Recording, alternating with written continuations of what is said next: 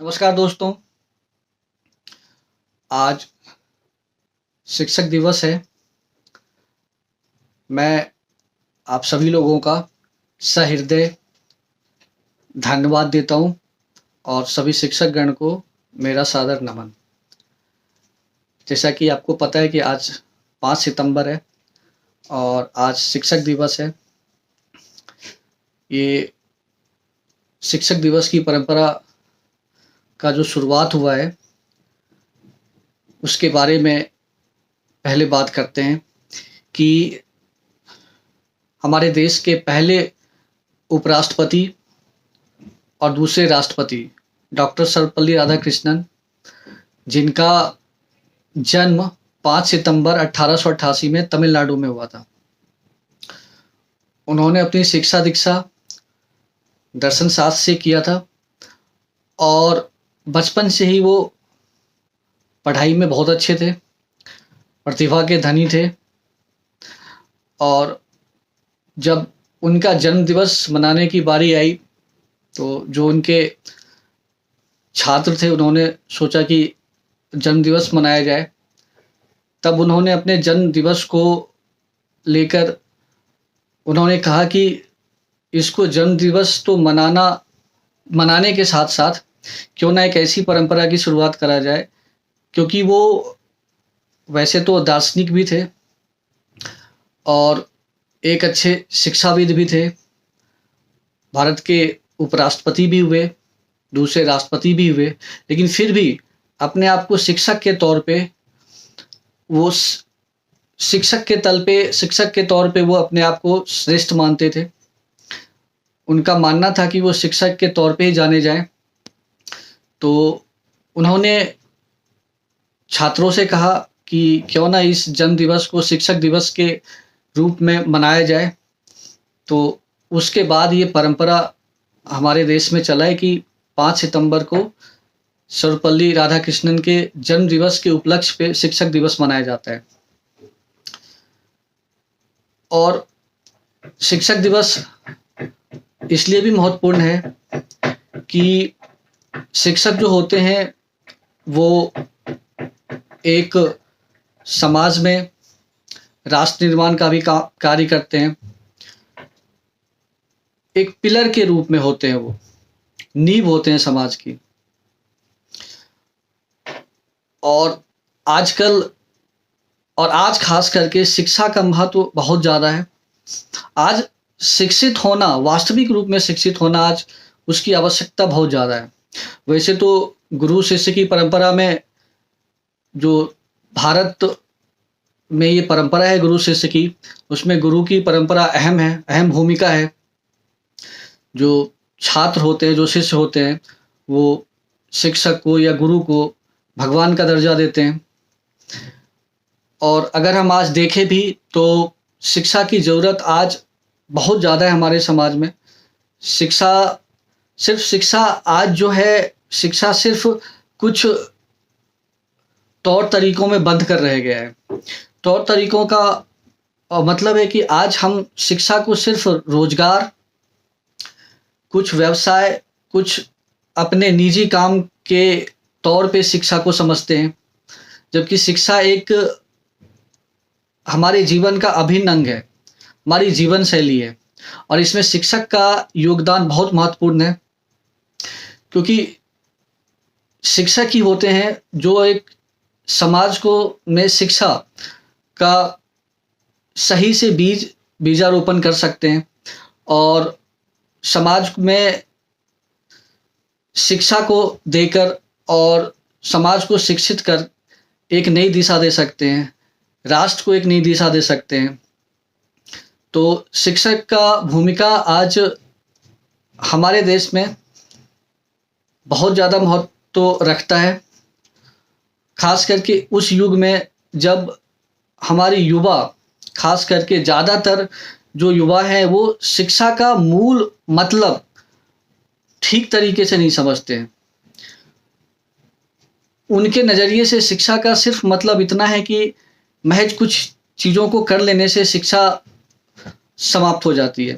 जैसे आप कोई रोजगार कर लेते हैं, कोई कारोबार कर लेते हैं, फिर वो अपना पठन पाठन का कार्य छोड़ देते हैं। शिक्षा का सिर्फ इतना सा मतलब नहीं है कि आपने कुछ काम कर लिया, क्योंकि शिक्षा आपको, अगर आप में शिक्षा आपकी जीवन का अगर अंग बन जाता है, तो आप अपनी पूरी जीवन आप सहजता से जी सकते हैं और समाज को भी एक नई दिशा दे सकते हैं, एक नई ऊर्जा दे सकते हैं। और इन सब कार्य को करने के लिए शिक्षक हमारे बीच जो है वो एक दिशा निर्देशक के रूप में भी कार्य करते हैं। गुरु हमारे जीवन में सही दिशा बताते हैं और दिशा के साथ साथ दशा भी सुधारते हैं। मेरा मानना है कि आज जो सोशल मीडिया का सोशल युग है और हर किसी के पास इलेक्ट्रॉनिक गैजेट्स, मोबाइल, ये सारी चीज़ें हैं, फिर भी हम अपना जुड़ाव जो है वो कहीं ना कहीं किताबों से दूर कर दिया, शिक्षकों से हमने दूर कर लिया और एक हम अलग दिशा में निकल पड़े। और इस तरीके के शिक्षा से हम कहीं ना कहीं भय में रहते हैं, डर में रहते हैं, क्योंकि हमने शिक्षा को महज एक कारोबार के रूप में समझा है।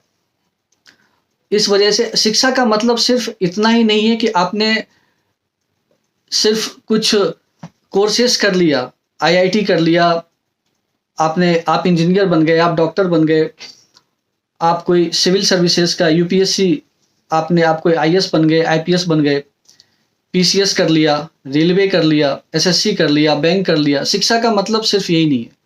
शिक्षा आपके जीवन में हर एक कदम पे काम आने वाली चीज है। और अब शिक्षा अगर आप सही से ग्रहण करते हैं तो जीवन भर आप खुलकर जी सकते हैं, सहजता से जी सकते हैं। और शिक्षक को भी ये चाहिए, मैं शिक्षक से भी गुजारिश करूंगा कि अभी शिक्षक को भी ये चाहिए कि आप जो ये समाज है और जो हमारे युवा है उसको आप सही दिशा दें।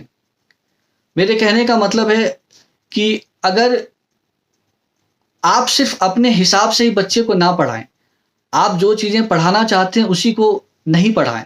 आप बच्चे का जो अभिरुचि है, बच्चा क्या करना चाहता है, बच्चे में रुझान क्या है, उसकी अभियोग्यता क्या है, इसकी भी परख आपको होना चाहिए। तभी आप बच्चे को निखार सकते हैं। महज ये नहीं कि आप कुछ करवाना चाहते हैं और बच्चे को आपने सिर्फ उसी दिशा में लेके चले गए आप, ऐसा नहीं है। और ऐसा भी होना चाहिए कि बच्चा अगर कुछ समाज के प्रभाव में, दबाव में कुछ करना चाहता है लेकिन उसकी अभिरुचि नहीं है उसमें, वो भी शिक्षक को परखना चाहिए कि क्या जो युवा है वो भटक तो नहीं गया, वो सामाजिक प्रभाव के कारण उसकी अभिरुचि कुछ और है, करना कुछ और चाह रहा है, लेकिन फिर भी उसको गलत दिशा में लेके जाने से बचाना चाहिए। आज शिक्षक का ये बहुत बड़ा भूमिका आज शिक्षकों का है। एक शिक्षक का काम ये भी है कि अगर कोई युवा या समाज गलत दिशा में जा रहा है तो उसको सही दिशा देना और एक समाज को एक धार देना, सही शिक्षा देकर समाज को एक नई धार देना। कहीं ना कहीं हम ये भी देखते हैं कि आजकल जो शिक्षा है वो एक तरीके से कुछ अलग दिशा में भी जा रहा है। मतलब हम आज कहने का मेरा मतलब है कि शिक्षा का मतलब हम लोगों ने सिर्फ डिग्रियों को मान लिया है। हम सिर्फ महज यही मानते हैं कि डिग्री हासिल हो जाना मतलब हम शिक्षित हो गए, बल्कि शिक्षा का ये मतलब बिल्कुल नहीं है।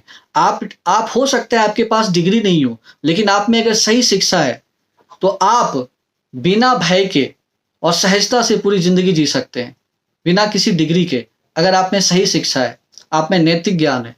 और ये सारी चीज़ों को और ये सारा जो भी आपको बताने वाले हैं वो शिक्षक हैं। वो शिक्षक आपको सही दिशा दे सकते हैं। और अगर शिक्षक ही सिर्फ महज इस काम को करेंगे कि वो सिर्फ डिग्री दिलाने के हैसियत से अगर वो काम करते हैं तो वो सही शिक्षा नहीं है। शिक्षकों को भी आज समझना पड़ेगा कि आपकी ओर जो देखा जाता है वो आपको भगवान के नज़रिए से देखा जाता है। तो आप महज अपना सिर्फ कोर्स और डिग्री और सिर्फ एक एग्ज़ाम को पास करा देने तक अपनी जिम्मेदारी ना समझें। आप इस तरीके से बीज बोएं कि सदियों तक शिक्षा का प्रभाव रहे, क्योंकि एक समाज को सबल और मजबूत बनाने का काम शिक्षक ही कर सकते हैं और उसमें शिक्षा अहम है। और हमारी शिक्षा किस तरीके से हो ये भी महत्वपूर्ण है। तो मेरा मानना है कि आज शिक्षक की भूमिका अहम है। और जो छात्र हैं, जो शिष्य हैं, जो युवा हैं, उनसे भी मैं गुजारिश करूंगा कि आप जो करना चाहते हैं, जो आपकी अभिरुचि है, उसी को देखते हुए आप काम करें। आप महज समाज के प्रभाव में आकर काम ना करें कि आपने कहीं से कुछ सुना है और आपने वो करना शुरू कर दिया है। इसमें आपका सहजता नहीं होगा। आप पूरी जिंदगी परेशान रहेंगे, डरे हुए रहेंगे। अगर आपने अच्छी शिक्षा ग्रहण की है, और शिक्षा का मतलब सिर्फ इतना ही नहीं है कि आपने कुछ समय तक आपने पढ़ाई किया, उसके बाद आपने अपना रिश्ता ही तोड़ दिया पढ़ने से। ऐसा भी नहीं होना चाहिए। तो मैं सभी से गुजारिश करूंगा, शिक्षक से भी, छात्र से भी। शिक्षक का काम है कि अपने आप को जलाएं और पूरे समाज को एक दीपक की भांति और समाज को रोशनी दें। और छात्र का काम है कि वो अपनी जीवन में जो भी करना चाहते हैं उसको उसी तौर से करें। और ये तो गीता भी कहता है कि सकाम कर्म नहीं, निष्काम कर्म करना चाहिए। मैं छात्रों से भी कहता हूं कि आप सिर्फ इसलिए नहीं करो कोई चीज कि सिर्फ उसका परिणाम आपको दिखे कि मैंने इस चीज को इसलिए करना है ताकि मुझे इतने पैसे मिलेंगे, या मेरे समाज में मेरा ओहदा बढ़ जाएगा। इसको देख करके नहीं। ये आपका सकाम कर्म है। निष्काम कर्म का मतलब होता है आप अपनी रुचि से, सहजता से काम को करें, जिसमें सफलता असफलता कुछ भी मिले आपको सहज स्वीकार हो, क्योंकि आपको उसमें अच्छा लगता है। आप अपने मन से काम कर रहे हो, दिल से कर रहे हो, तो उसमें हार जीत भी मायने नहीं रखता है। तो आप निष्काम कर्म करें। निष्काम कर्म में परिणाम के बारे में क्या होगा इसके बारे में कोई चिंता करने की जरूरत नहीं होता है। और आज सबसे बड़ी समस्या है कि हम लोग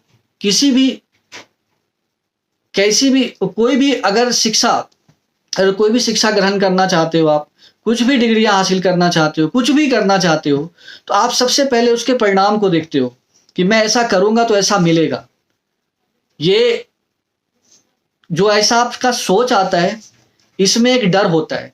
और अगर आपने जैसा सोचा उसी तरीके से आपको अगर नहीं मिलेगा, तो स्वाभाविक सी बात है कि आप हमेशा तिल कर गुस्से में जियोगे और उससे पूरे समाज को प्रभाव पड़ता है, क्योंकि इसका पूरा प्रभाव समाज में पड़ता है। अगर आपने सिर्फ इसलिए किसी सरकारी नौकरी को किया है ताकि उसमें पैसे मिलेंगे और आपकी रुचि नहीं है, तो आप सोच सकते हो आप कैसा अधिकारी बनोगे और समाज को आप क्या दोगे। ये भी सोचने वाली बात है। अगर आपका इरादा सही है कि मुझे यही करना है चाहे कुछ भी मिले, तो आप एक अच्छा समाज बना सकते हो। लेकिन आप महज इसलिए करना चाहते हो ताकि आप अच्छी जिंदगी जी सकें, इसलिए नौकरियां करना चाहते हो, तो फिर आप सोच सकते हो कि आप किस तरीके का समाज का निर्माण करोगे।